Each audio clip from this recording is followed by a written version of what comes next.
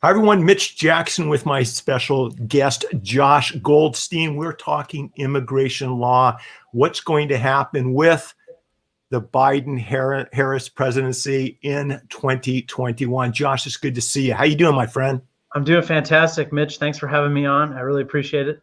It's an important to talk about. Yeah, we do have a lot to talk about. This is a critically important topic, and that is immigration. Our country was formed and based around immigration. It's what we are. It's who we are.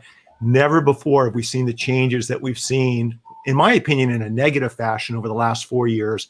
And hopefully what we're going to be talking about and seeing change in 2021. You guys, Josh is going to be sharing with us 7 massive immigration changes he sees happening in 2021.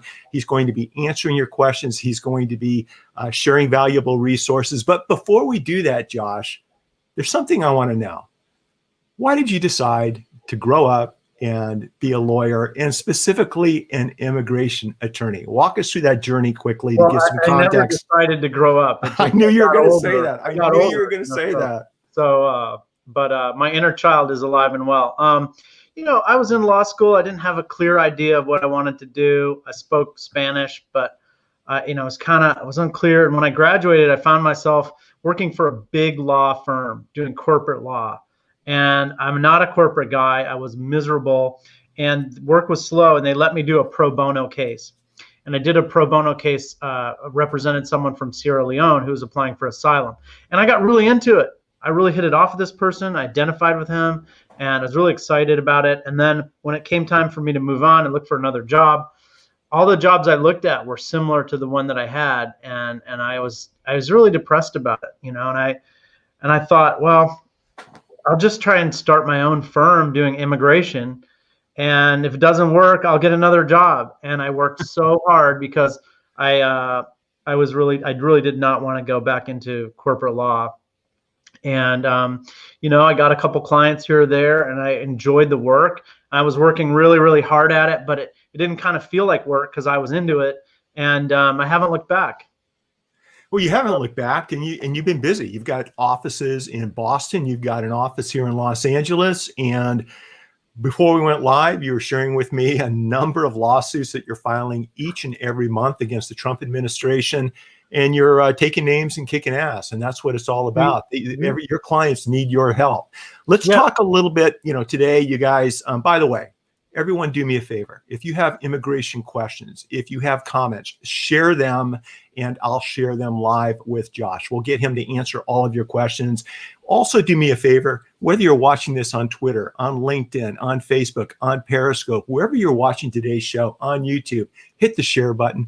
Share this out, whether it's live or recorded, so that we can add as much value as possible to you, your family, and friends who have immigration-related questions.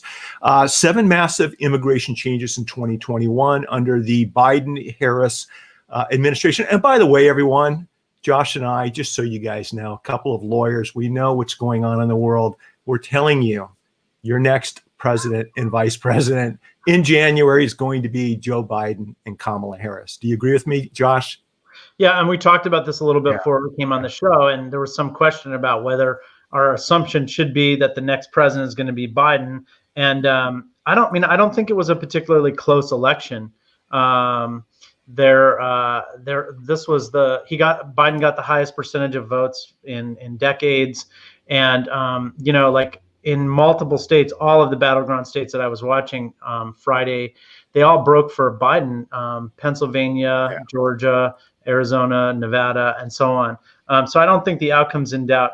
I think Trump doesn't really know what to do. He spent the weekend golfing, and he's going to file some lawsuits, and those lawsuits are not going to go anywhere. And then he's going to keep tweeting about how the election was stolen, and then he's going to leave.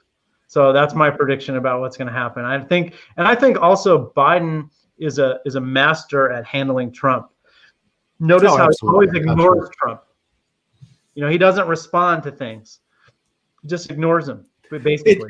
Look, the reason I was bringing this up is there's a lot of misinformation on social media. There's a lot of misinformation as to what is or isn't going to happen. And what Josh was going to be talking to us about is what we both feel is going to be happening moving forward in 2021, and it focuses around immigration. And let's start with number one. I think you've indicated to me there's going to be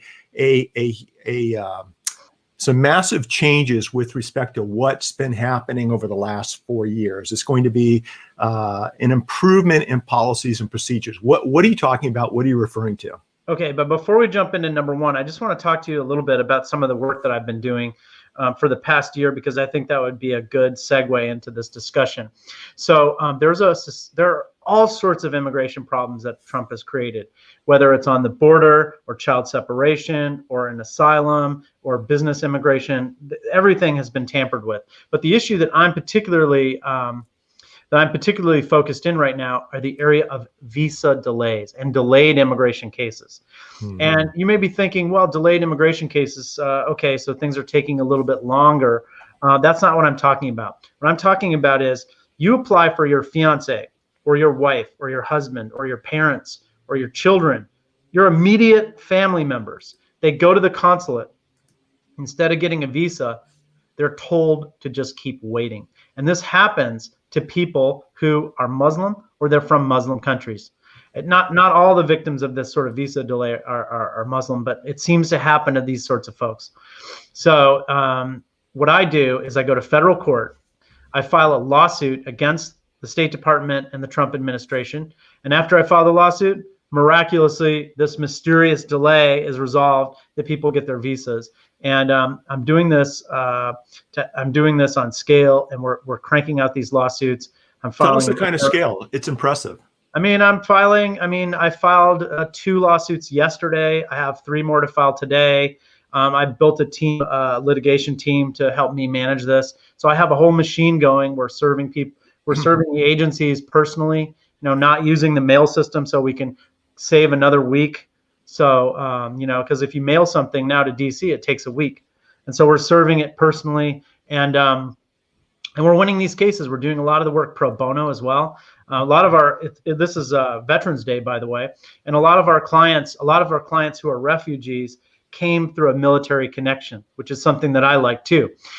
So we're working with people who risked their lives to help the United States Armed Forces in Afghanistan and Iraq, and they worked as translators. So in my opinion, if somebody spent a decade working as a translator, risking their life and the lives of their families, not only should they be given a visa in a reasonable time period, they should be put on Air Force One. They should be, and I've had people who've been waiting for 5-6 years.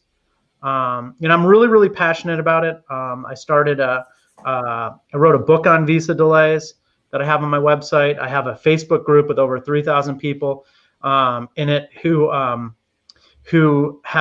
discuss these sorts of issues.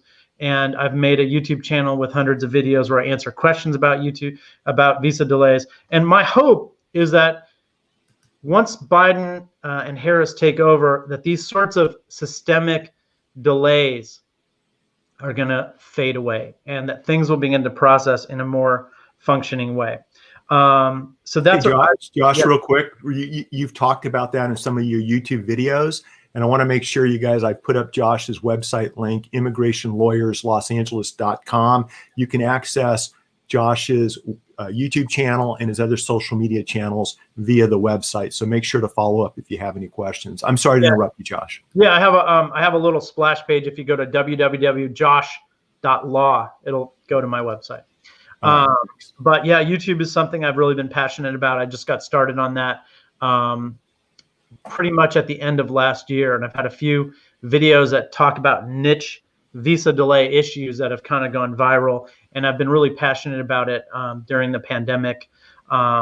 Never has there been a time when you need your family close with you more than now during this pandemic. And I'm all about helping people overcome immigration hassles and get themselves unstuck so they can achieve their goals. But to get right into these 7 changes, the first one I mentioned, I titled it Shake Off Incompetence and Hostility. And I want to touch on some of the things that you mentioned when you started off. Please. Immigration is the most fundamental American idea that there is. The Statue of Liberty is one of our important symbols. And we are a nation of immigrants. It's baked into our DNA. Immigration is who we are. It's what we do.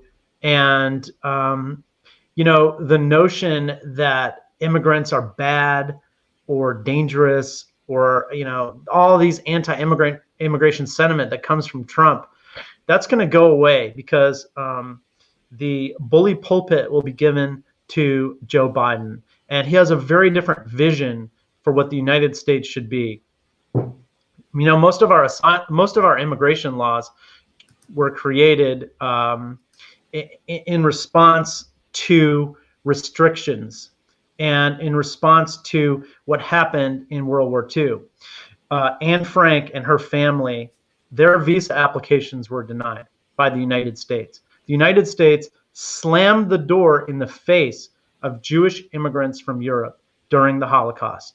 And in response to that, the U.S. revamped its immigration laws to treat people more fairly and be more open. And the United States is a place where people can assert their claims for asylum. When the demonstrators, I was just thinking about this morning, Per, in 1989, when the democracy demonstrations were going on in Beijing, the protesters, the Chinese demonstrators, they held up and made a makeshift Statue of Liberty. And I mean, that says something. That says that we are the land of democracy and immigration. And when people seek asylum, this is where they come. I think that we need to shake off that hostility towards immigration. And in terms of incompetence, I mean, the agencies have been gutted. The civil servants have left. The processing times are up. Immigration lawyers like me are exhausted and from 4 years of frustration and anger at dealing with all sorts of hassles that have come up. And, just right now, my client, for example, in Nigeria, got a notice from the consulate there for her to go pick up her passport. But they don't have her passport. She has it. So, I mean, the consulate is 6 hours away from her house. And what's she supposed to do with this message? There's no one to call. So it's this kind of hostility and incompetence that immigration lawyers and immigrants and their families have had to struggle with. Hopefully, he's going to rebuild a competent, functioning State Department, and USCIS and the other agencies will begin to function.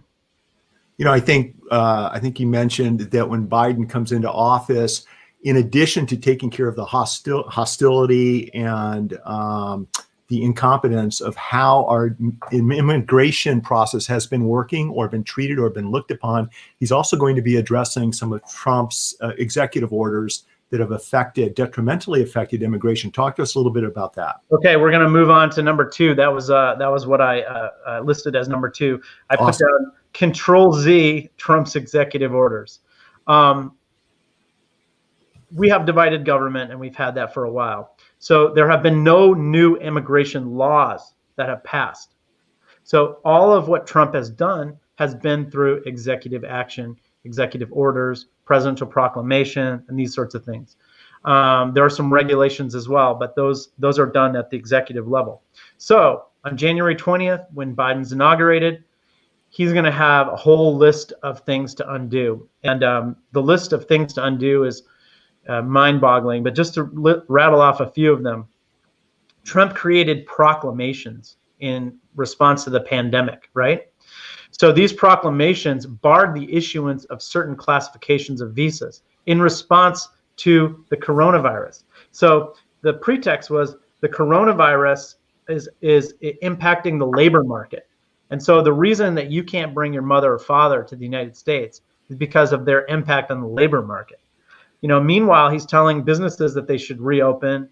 Michigan should be liberated. You shouldn't wear a mask. We should playing college football. Everything we should ignore the pandemic here in the U.S. But when it comes to issuing visas, he's using this to basically shut down the visa system. I've litigated this issue over and over. And on January 20th, those proclamations are going to be gone. They expire on December 30th. December 31st of this year, and Trump could choose to extend them. but they won't be extended past Biden's inauguration, because those are going to be gone on January 20th. Also, the Muslim ban. You know, when Trump was running for president in 2016, he said we need to ban all Muslims from entering the United States. And people just thought this was absurd. It was, you know, discriminatory, obviously. And you know, how could you do that? How can you discriminate against people just because of their religion? You know, should we ban all Christians or Jews from the United States? You know, to say that would be absurd, right? And one would think. Right. And you know, and then when he came into office, he actually did that. He came up with a regulation that said we need to ban. He didn't call it a Muslim ban. He called it a travel ban. And but it affected predominantly Muslim countries. And then you know, I looked at that and I just thought this is clearly unconstitutional. There is no way that this will pass muster, even for conservative justices. But the Supreme Court said no problem. You can have a travel ban, Muslim ban. This is fine. And so we have plenty of clients who are from countries like this, from countries on the travel ban list, and they're stuck. So that's going to be gone on January 20th as well. A few of the other things, there was a public charge rule that he came out with. This is a regulation, and it basically imposed a wealth test on immigrants. So in order to get a green card, you had to show how much money you had in the bank, whether you spoke English, what your credit score was, a whole list of nonsense that made it much more onerous and difficult to get a green card. Well, Josh, if you're not helping the Dow Jones average and the NASDAQ increase in value, then what's the point of being here? Right. So, and by the way, real quick, Josh, just I don't mean to interrupt you, but we've got, you know, a lot of comments coming in, a lot of questions on the different platforms. Some of you, you know, they don't share the same view that you and I do, and that's fine. But you only need to tell us once. All right. If I've muted you, it's because you're saying the same thing over and over and over again. And the last thing Josh and I want to do is have our valuable time taken up by trolls. So don't do that. If you have a question, if you have a comment, ask it once, and that's enough. We see it. Okay. I'm sorry to interrupt you, Josh. Go ahead. Maybe when it comes to trolls and anti-immigration sentiment, let me share this story with you. I represented someone who worked at Breitbart. And I actually got along great with this person. I really like him a lot. And what he said to me in 2016, he said, look, Trump's not against immigration. He's against illegal immigration, right? He wants immigrants to come in the right way. He just is against illegal immigration. But what we saw is that when Trump actually had power, he did change what was legal and restricted immigration. And, you know, there are certain immigration processes that are legal that he doesn't like. For example, asylum. It is your legal right under U.S. law, under immigration law, and under international law to apply for asylum, right? You can go to the border and you can apply for asylum. That's going to be one of my points coming up, so I'll stop right there. But basically, you know, he changed the rules for asylum. So it's not, I think it's a systemic and pervasive anti-immigration sentiment. It's not just because he's quibbling with certain laws. But to go back to the public charge rules, this is tied up in litigation right now. And the litigation's ongoing. But Biden is going to undo those rules, and as soon as he gets in. And the USCIS, the other example of executive action, Trump raised the filing fees for immigration significantly, nearly doubling the filing fee to become a U.S. citizen. What is that? I have no idea what that is. So the filing fee right now for naturalization, I think, is $725. Okay. And he was raising it up to 80% more. And wow. And so that was litigated. So not only were the processing times delayed, but the fee went up. So additional roadblocks preventing people from becoming U.S. citizens. He's also imposing a filing fee for asylum applications. It's unthinkable. So that was litigated. It has been litigated. It stopped. Those filing fees are not increasing right now because they've been. I think in that case they've granted summary judgment. But as soon as Biden gets in office, he'll roll back the filing fees to what they were. And I mean, throughout my career, there have always been filing fees. And I don't quibble with the fact that filing fees need to periodically be increased, but it shouldn't be punitive, and it shouldn't be doubled. And certainly there should never be a filing fee for asylum. And let's talk about that real quick, because you and I know what asylum means, but what are some of the good faith reasons that someone can request or apply for asylum, and why is it so important to make it as easy as possible for them to be heard? Okay, so you can file an application for asylum. It's called an I-589 and has all your biographical information, and you have a chance to explain why you want to apply for asylum. The gist of asylum is the following. You have to show that you have a well-founded fear of persecution in your home country based on 4 categories: race, religion, ethnicity, or membership in a particular social class. So, it's not just asylum is not just based on the fact that the conditions in your country are terrible, right? If the conditions in your country are absolutely abysmal, you don't qualify for asylum based on that. You have to show a nexus between the grounds for asylum and what happened to you. You have a chance to tell your story and explain what happened. And everyone has that right. And it's an important right. It's fundamental to American law and international law that everyone has that ability. To go, maybe I should jump into number 7 here. We should jump ahead. But number 7 was asylum. So what he did was Trump doesn't like asylum, doesn't like it. So what he did was he said that people, it's your right under American law and international law to apply for asylum at a port of entry. So when you're coming into LAX, and if you're from a foreign country, you come in and the officer says, "What's the purpose of your trip?" And you say, "I'm here to visit Disneyland," they're gonna let you in, probably. If you say, "What's the purpose of your trip?" and you say, "I wish to apply for asylum," you're gonna go to window 4, and they're gonna take you and they're gonna interview you and give you a chance to tell your story, and then allow you into the United States, where you can pursue your application for asylum, whether it's in immigration court or filing an application with the immigration agency. And the same is true on the US border with Mexico and Canada. You can go to the border and you can say, "I want to apply for asylum." That's your right. Trump doesn't like that at all. So what he did was he created a series of roadblocks.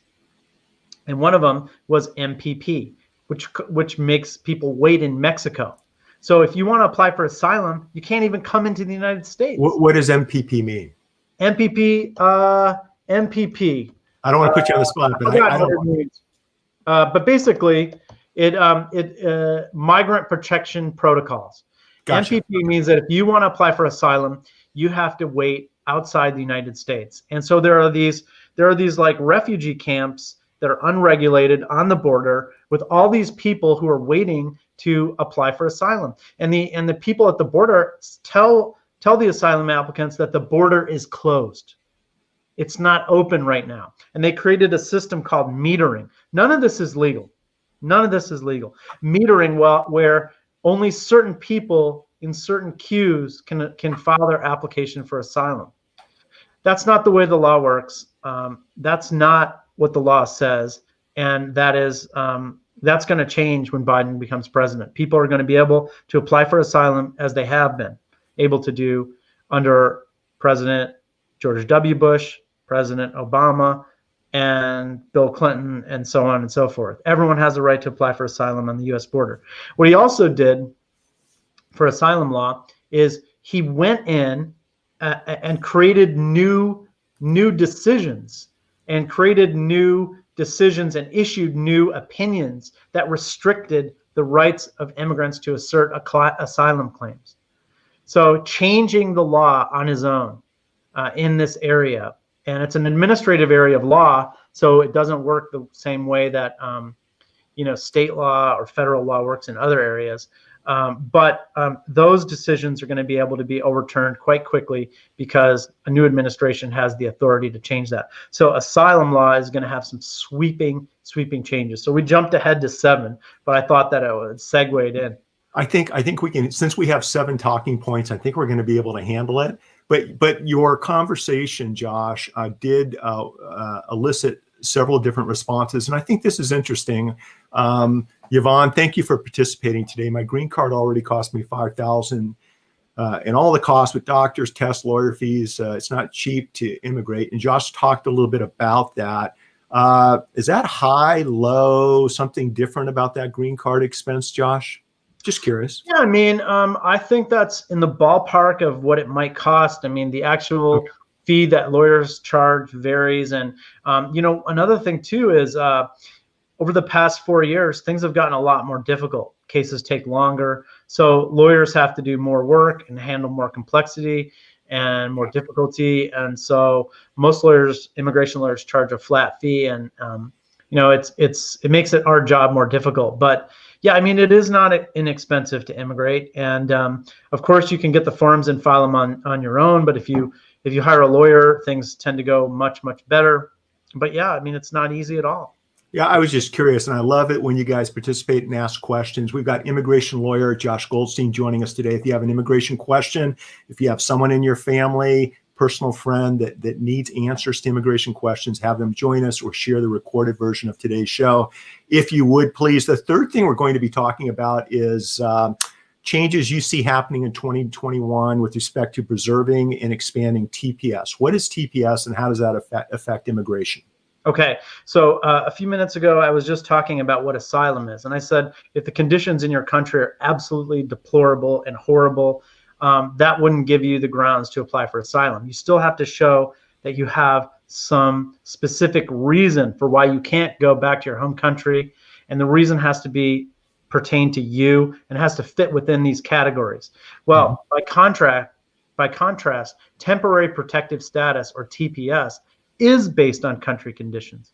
For example, I can't remember when this happened, but there was a massive earthquake in Haiti.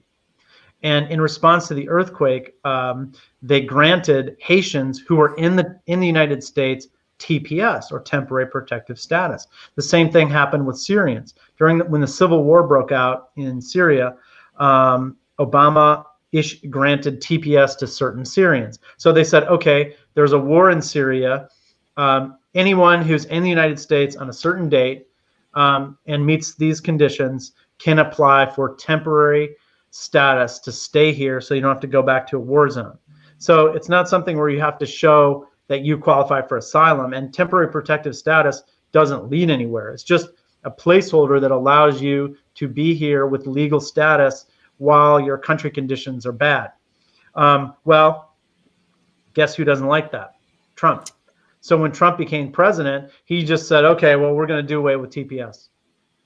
We're going to get rid of that. And that was litigated, and TPS still stands right now. And in the Ninth Circuit, which is California and many other states on the West Coast, the Ninth Circuit has ruled that temporary protective status is a legal status in the United States. So, TPS. And why is that important? A legal status. What do you mean by that? Well, it gives people certain rights under immigration law. Not to get too technical, but then you can go on and apply for a green card through marriage directly. And the status of TPS in other circuits is a little bit different. But to mention our fourth point, which is DACA, we'll get to that in a minute. But TPS is sort of like DACA. It's one of these things that Trump doesn't like, wants to end it, and has put it on the chopping blocks. He has the executive authority to make certain decisions in this area. He's used that to restrict and strip away the rights of immigrants.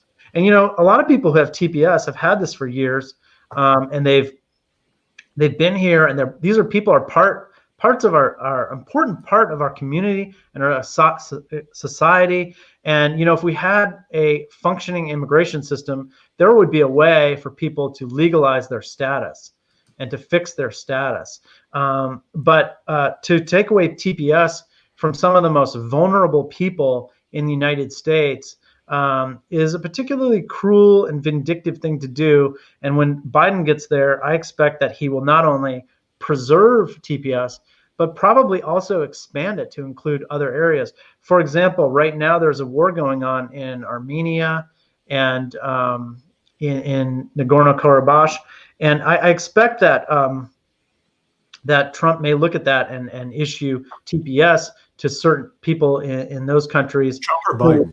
What? Sorry, Trump. Biden.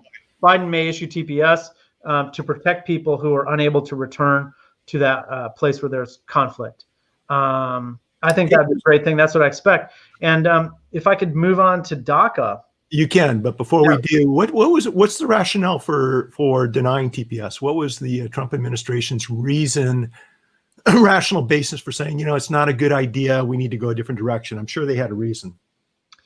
Well, that's a good question. It's hard to say, but what do they claim the reason is?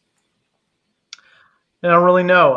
I mean, maybe the fact that it's temporary, or that he has the president and he has the executive authority to end it. But there's been a lot of litigation, and in order to make a decision like this, it has to be rational, and it has to be based on the rule of law, and they have to have some rulemaking, and there has to be some deliberation, and the rationale for doing this hasn't been clearly laid out, and so I think that's what the basis of the litigation has been. TPS has not actually ended yet, but it has been, that decision to end the TPS has been litigated, and had it not been litigated, TPS would be gone. Gotcha. Yeah, I was just curious. There's always two sides to every story, and I'm a pretty fair guy. I want to hear the other side's version of what's going on also. But you're talking about an area of law, immigration law, that I've never practiced. I'm not that familiar with. When I meet and have friends like you and some other mutual friends that we have that do immigration law, I look at how hard you guys are working. I look at how passionate you are of helping people. And we need to right now shine a light on immigration lawyers like you, who are really just 24/7 filing lawsuits, taking on the United States government, for one person or for a handful of people. And it's an amazing life that you're living. It's an amazing profession, and reason why you're here. And that's why I want to have you on today's show. We have DACA. DACA's been in the news for now 2 administrations, right? Yeah.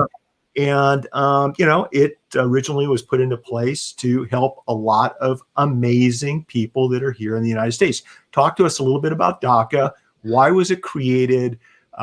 What has the Trump administration done with DACA, and what do you expect to see the Biden-Harris administration do with DACA moving forward in 2021?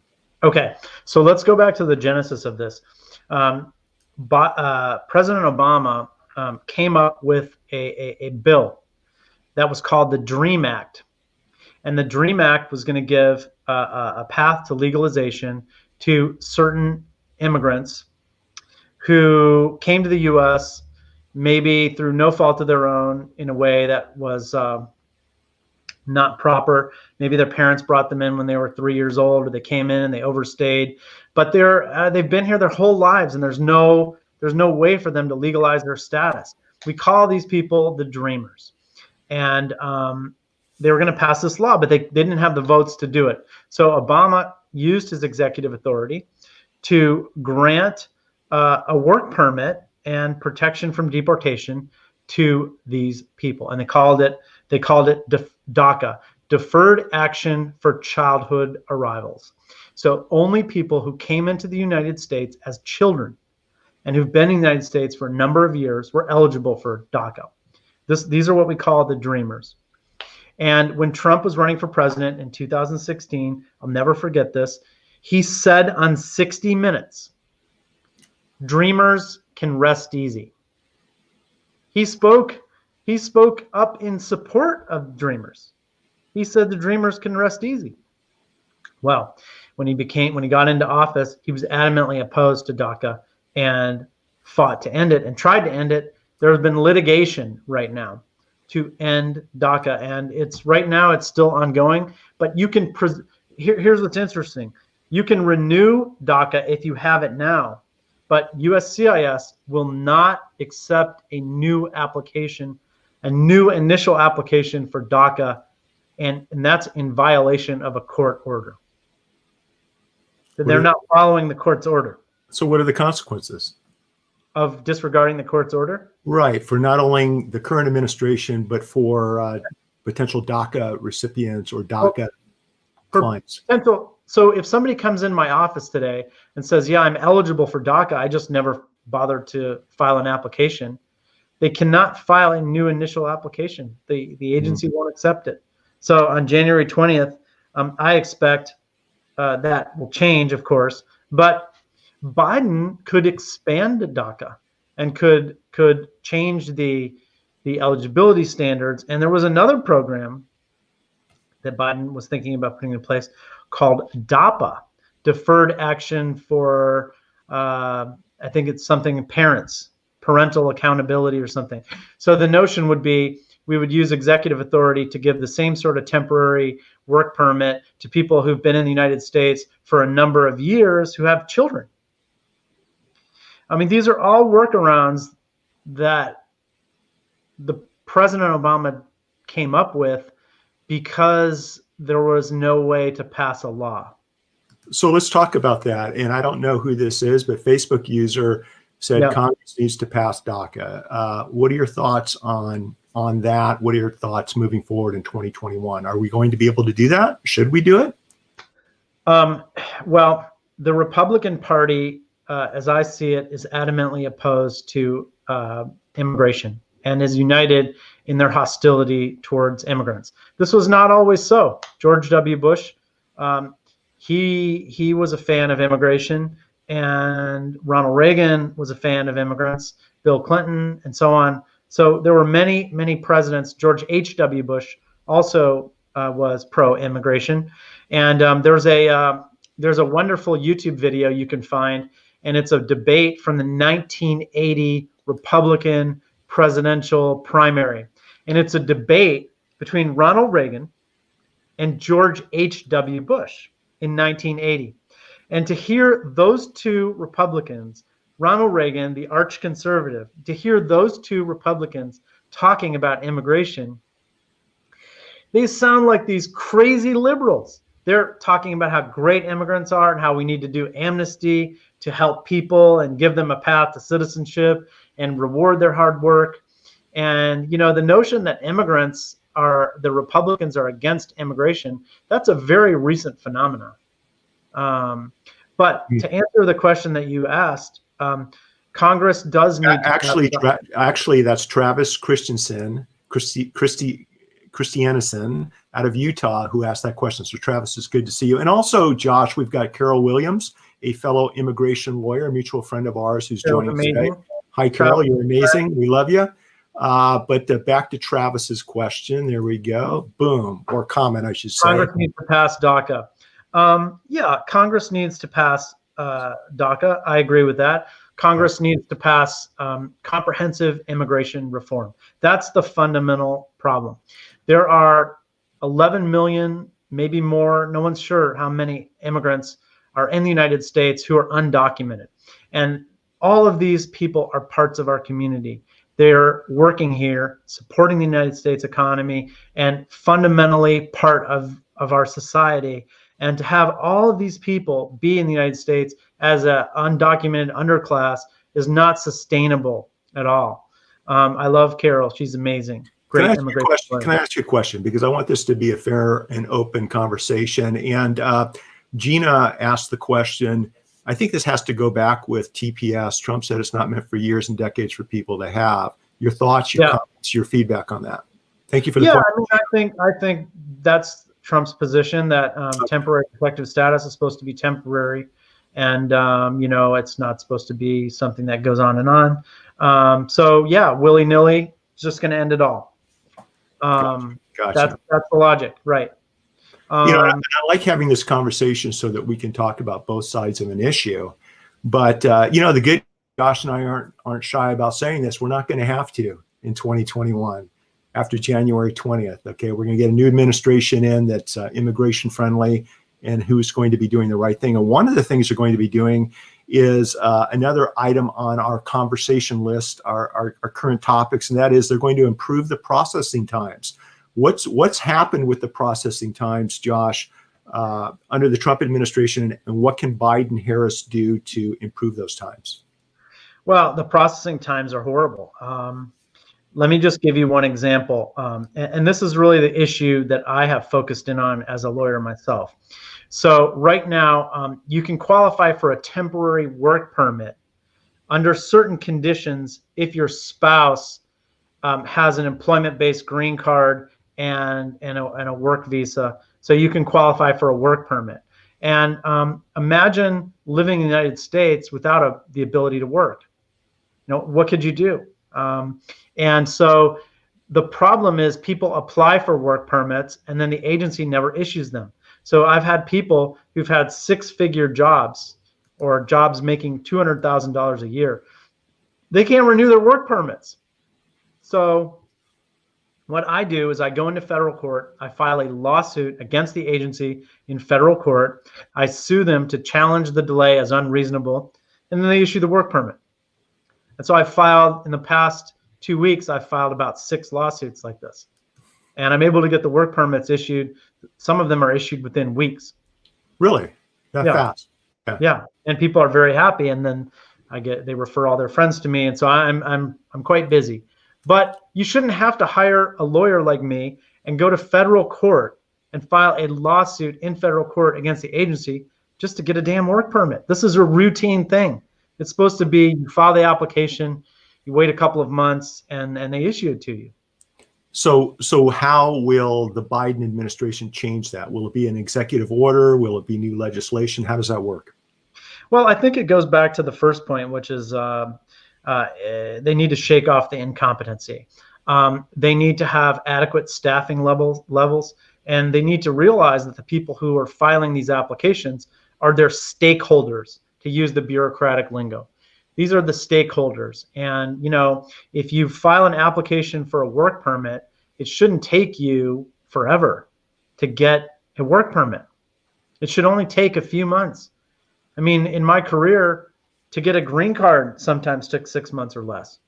And, a work permit should take 3 or 4 months and should be a very routine thing. This is not something that's complicated to adjudicate. It's just a temporary work permit that they give you while things are pending. Yvonne says, and that's exactly why she prefers to work with a lawyer, and that's why things went smoothly with her immigration needs. Travis asked an interesting question. I don't want to put you on the spot, but for those of you listening to the podcast version of this, I have a divorce case where the wife, a Canadian, can't work here, so she took the kids, who I guess had dual citizenship, back to Canada. It was a huge difficulty because she could not get a work permit. Your thoughts on that? Right. Well, before I talk about Travis's question, also, hi, Travis. Love Travis. It's a great guy. Great lawyer in Utah. To go back to Yvonne's question, that's why I prefer to work with a lawyer. I don't want to deal with them, and life is easier. Well, imagine in your line of work, you get in a car accident, and the insurance company calls you up, and you don't have a lawyer, and you just try to talk to them, and you're hoping that It's like putting a little baby bunny in a cage with a hungry, full-grown mountain lion. It's not going to turn out pretty. But and it's so complicated that you want to have somebody that's an expert, someone that specializes in immigration law to help you. And Travis is a well-respected lawyer out of Utah, and he's sharing immigration challenges that his clients are having. Right. Well, I mean, look, the practice of law is highly specialized, and I've never met an immigration lawyer who was any good who practiced in other areas of law. It's not something that people can do where, like I do this area of law and I do that area of law. So that's one piece of advice that I give people if they're looking for an immigration lawyer. If your immigration lawyer says, well, I do immigration, I do criminal, I do PI, that's not a good sign. You want a real specialist, somebody who does only that. If somebody if somebody had a personal injury case or something like that, and they came to me, I would give them your phone number. I don't know what to do, right? That's not my thing. And can I, along those same lines, Josh, once again, don't mean to be rude by interrupting you. We're getting questions that I want to get to, and we have some more talking points. And then Josh is going to share if you have an immigration need right now, today, in November, I'm going to ask Josh, what should you think about doing next, taking into consideration what we do think is going to happen, a new administration coming in. Should you wait until they come in? Should you start the process now? But Josh, I want to share your website, if you'll indulge me just for a second, because it is really, really good. It's a great website. Hopefully, you're welcome. It's my pleasure. Let me see if I can bring this up real quick, you guys, because I want you to see what we've got. Can you see it at your end, Josh? Yeah. Okay, so this is Josh's website. And one of the things I like about it is you can have an overview of the firm, who Josh is, where he's coming from, his background, immigration lawyer services, everything that Josh's firm does. And I think the reason I want to bring this up is this is an excellent website. I mean, the questions and topics that you address and you answer, as you can see here on the screen, almost every single question you want answered when it comes to immigration, you're going to find at this website, whether it's 1 p.m. East Coast, or whether or not it's 3 a.m. here in California. Your client reviews have just blown me away. I love these client reviews, especially the names, because it tells me you've got a lot of clients from all over the world that have beautiful, unique names who just think the world of you and your team and all the good things that you're doing. And I encourage everyone to go over to immigrationlawyerslOS and check out this website if you have questions. Check out the blog that Josh does a great job of updating with current topics, conversations that are going to help you in today's world. I mean, everything you need to not only connect with Josh, to go over to his YouTube channel. Let's just go ahead and in real time see what happens. He's got a YouTube channel with just tons of videos here to answer your questions, right? And so take advantage of this content, take advantage of this information to make smart decisions when it comes to, let me see if I can take this off, come back to you.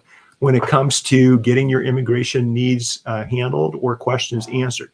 I had to show off the website, Josh. So because it's very well done and it's very informative and it's consumer friendly. And for me, that's what it's all about, is providing an exemplary experience for the legal consumer.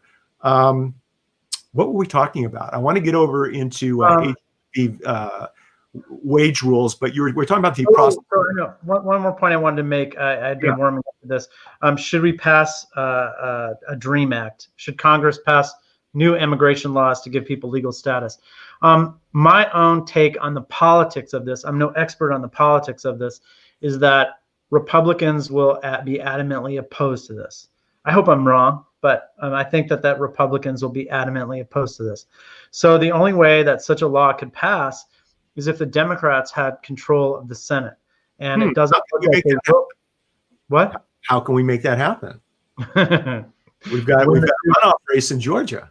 Right. Yeah. Oh, okay. Well, if they won both of those races, I actually haven't followed it that closely. Is it possible theoretically? Yeah, it's super important, you guys. So there's a runoff race in Georgia where if 2 Democratic senators are elected, then we will have a 50-50 in the Senate, which means the deciding vote will be the Vice President, Kamala Harris. So it's critically important that we get behind the race in Georgia and get those 2 Democrats elected to be senators. Dan Jaffe from Toronto has joined us with a question. And Dan, I am going to put Josh, there we go. I'm going to have Josh hopefully answer this question for us. Absolutely. And I don't want to put him on the spot, but then again, I don't mind putting him on the spot. Yeah, so we need to get behind that Senate run in Georgia, you guys. If you're pro-immigration and if you want to see the things that Josh is talking about happen, reach out to me personally if you want links, if you want to know how you can help support that that election, that runoff. Real quick, Josh, because I want to make sure we have plenty of time. Any thoughts for Travis with respect to the question we put up a little bit earlier? I have a divorce case where the wife, a Canadian, can't work here. She took the kids, dual citizens, back to Canada. It's created huge difficulties because she could not get a work permit. I think that's someone who should have consulted with an immigration lawyer. Maybe she did, but certainly you wouldn't just want to take off and go to Canada without getting an immigration lawyer involved to see, okay, well, what's my option? What are my options? How long is this going to take? What do I need to do? And maybe even getting a second opinion too, to make sure you're getting accurate advice. But once someone leaves Canada, once someone leaves the United States, you have a different set of rights, legal rights, than when you're inside the United States. So you never want to leave the US without being very, very informed about that decision. Good answer. Always consult with an experienced lawyer if you have a legal question. Definitely. Our mutual friend, Dan Jaffe out of Toronto, asked a great question. Let me just go ahead and read it out for those listening to the podcast. Sorry, joined late. That's okay, Dan. It's always good to see you. My son is a Canadian resident and future software engineer in the University of Waterloo Software Engineering Co-op program. He is looking for co-op work in the U.S. I know under Trump, this was really hard. Will this get easier under Joe Biden? Okay, so there's one program. Thanks for your question, Dan. There's one program that you and your son might want to explore and look into, and it's called the J1 Exchange Visitor Visa, J-1. And it's designed for many different types of people to come to the U.S. to get some experience. A lot of people use it for camp counselors and au pairs, and they also use it for internships. And so you know there are organizations that set up J1 Exchange Visitor Visa, J1 Exchange Visa programs. One organization that I'm a fan of is called American Immigration Council. So it might be worth calling them and saying, hey, you know, here's the situation. My son wants to come to the U.S. to get some work experience as an engineer. He's a student. So that might be ideally suited for a J1 exchange visitor. I don't think it'd be easy to get a visa like that and land a job doing that, but it's something to explore. I love that. Thank you, Josh, for letting me put you on the spot. And in return, let me just share with you that Yvonne says, hey, my immigration lawyer was up in Sacramento. She's now in San Diego, but it looks like you may be her new resource, right, which is a lot closer, right? There's never been a better time to sort out your immigration status than now. Thank you, Yvonne, for green card, whatever it is, happy to help. Awesome. Let's talk real quick. I think the last talking point is H1B prevailing wage rules. What's been going on with that topic? Right. And how's that going to change in 2021? Okay, so first a little background. What is an H1B visa? An H1B visa is essentially a professional visa. So let's say classic H1B visa, you go to college in the US, you go to university in the US, and then you graduate and you want to get a job in the US working after graduation. Well, you could get an H1B visa. Your employer could petition for you to get a work visa. And, you know, these are for jobs that can't possibly be done without at least a college degree. So classic H1B is a software engineer, some sort of IT professional, accounting, this sort of things like that.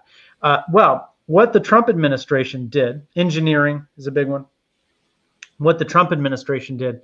So one of the requirements for the H1B program is that you have to show that the employer is paying what they call a prevailing wage, so that you don't want to use foreign labor to undercut the labor market.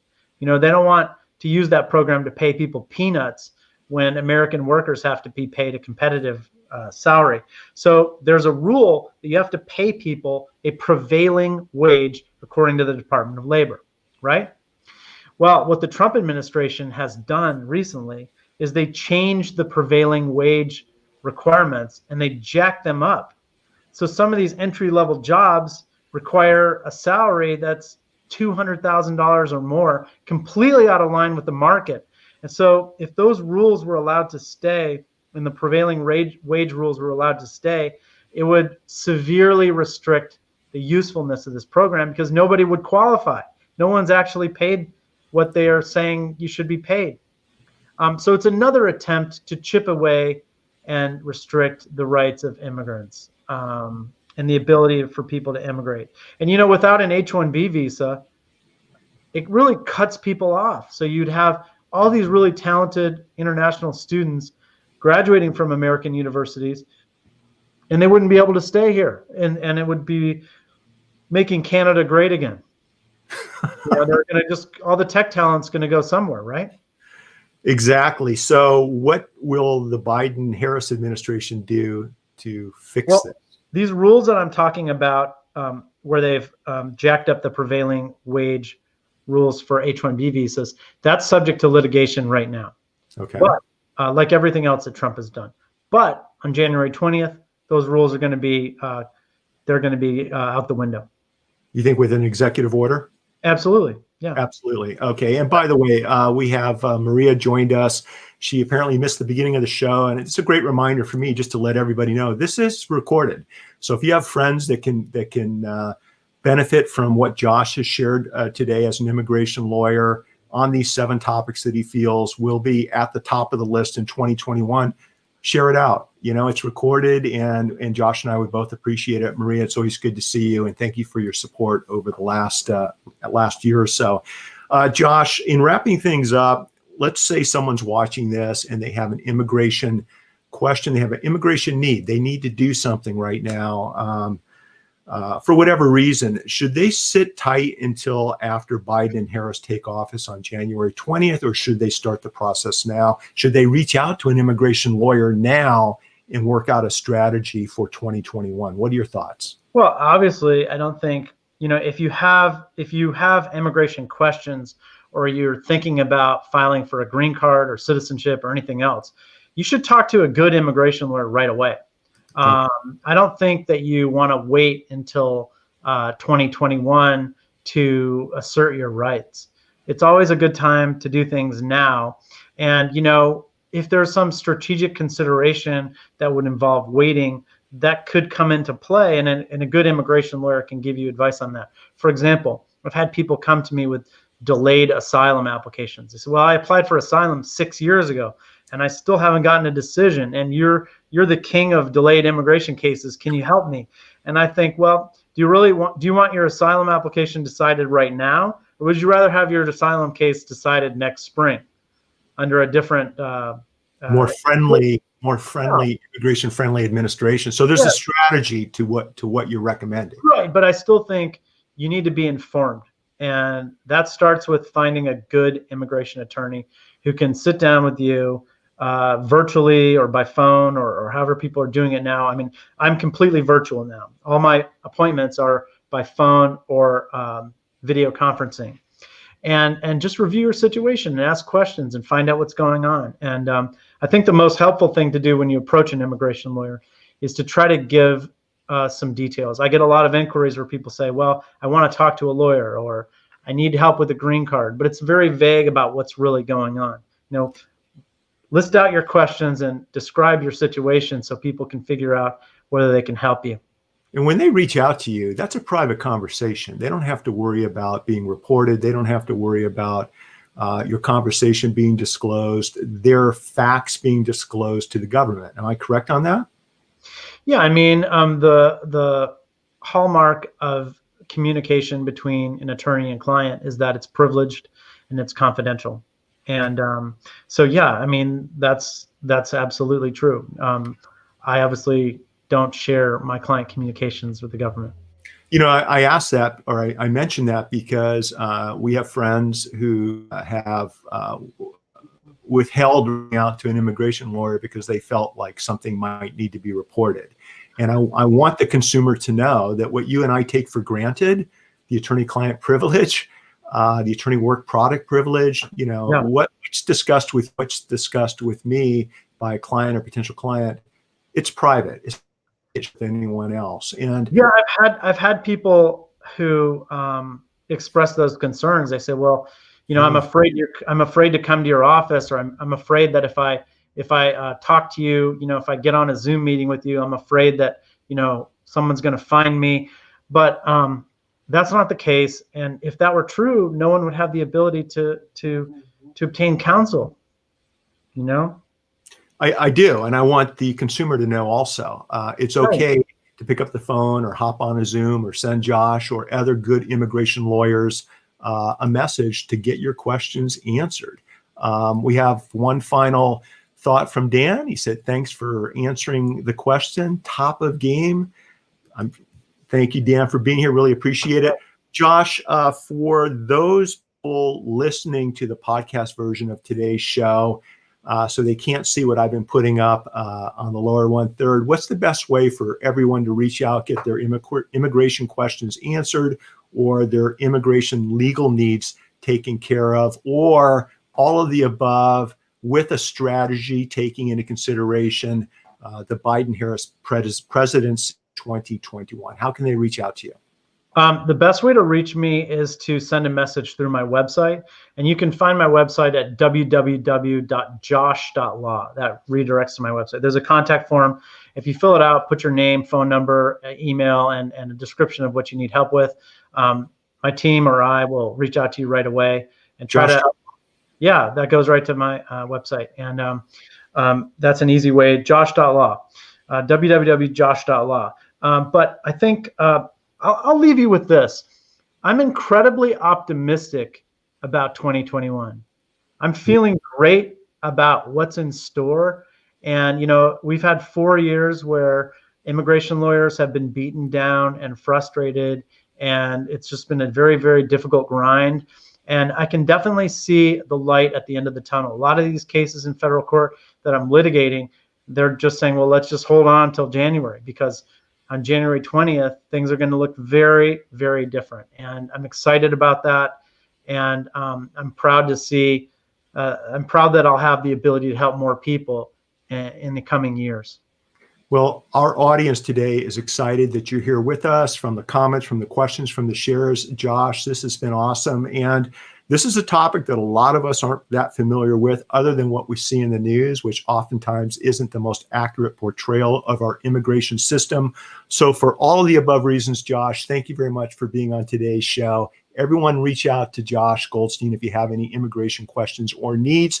And between now and our next show, you guys, take care, enjoy the journey as best possible, and make each day your masterpiece. Thanks, everyone. Thank you so much, Mitch. Thank you for having me on. It's great chatting with you. You're welcome. Take care, everyone. Bye-bye.